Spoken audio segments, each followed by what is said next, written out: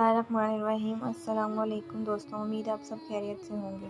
کہتے ہیں کہ پرانے وقتوں میں کسی حکمران نے ایک بڑی گزرگاہ کے بیچوں بیچ ایک چٹانی پتھر ایسے رکھوا دیا کہ گزرگاہ بند ہو کر رہ گئی۔ اپنے ایک سپاہی کو نزدیک ہی ایک درخت کے پیچھے چھپا کر بٹھا دیا کہ وہ آتے جاتے لوگوں کے ارد رد عمل سنے اور اسے آگاہ کرے۔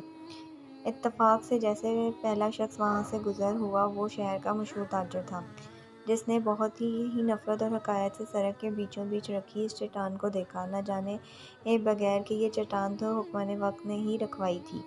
اس نے ہر اس شخص کو بے نقاب اور بے حساب باتیں سنائیں جو اس حرکت کا ذمہ دار ہو سکتا تھا۔ چٹان کے ارد گرد ایک دو چکر لگائے اور چٹے ڈھاڑتا ہوا کہا کہ وہ ابھی جا کر اعلیٰ حکمران سے اس حرکت کی شکایت کرے گا، اور جو کوئی بھی اس حرکت کا ذمہ دار ہوگا اسے سزا دلوائے بغیر آرام سے نہیں بیٹھے گا۔ اس کے بعد وہاں سے تعمیری کام کرنے والے ایک ٹھیکیدار کا گزر ہوا۔ اس کا رد عمل بھی اس سے پہلے گزرنے والے تاجر سے مختلف تو نہیں تھا، مگر اس کی باتوں میں ویسی شدت اور گن گرج نہیں تھی جیسے پہلے والا تاجر دکھا کر گیا تھا۔ آخر ان دونوں کی حیثیت اور مرتبے میں نمایاں فرق بھی تو تھا۔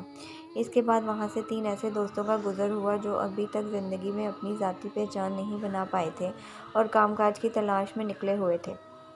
انہوں نے چٹان کے پاس روک کر سڑک کے بیچوں بیچ ایسی حرکت کرنے والے کو جاہل، بیہودہ اور گھٹیا انسان سے تشبیہ دی، کہکے لگائے اور ہنستے ہوئے اپنے گھروں کو چل دیے۔ اسی طرح مختلف لوگ گزرتے رہے اور پتھر کو، حکمران کو برا بھلا کہتے رہے۔ اس چٹان کو سڑک پر رکھے 2 دن گزر تھے۔ وہاں سے ایک غریب کسان کا گزر ہوا۔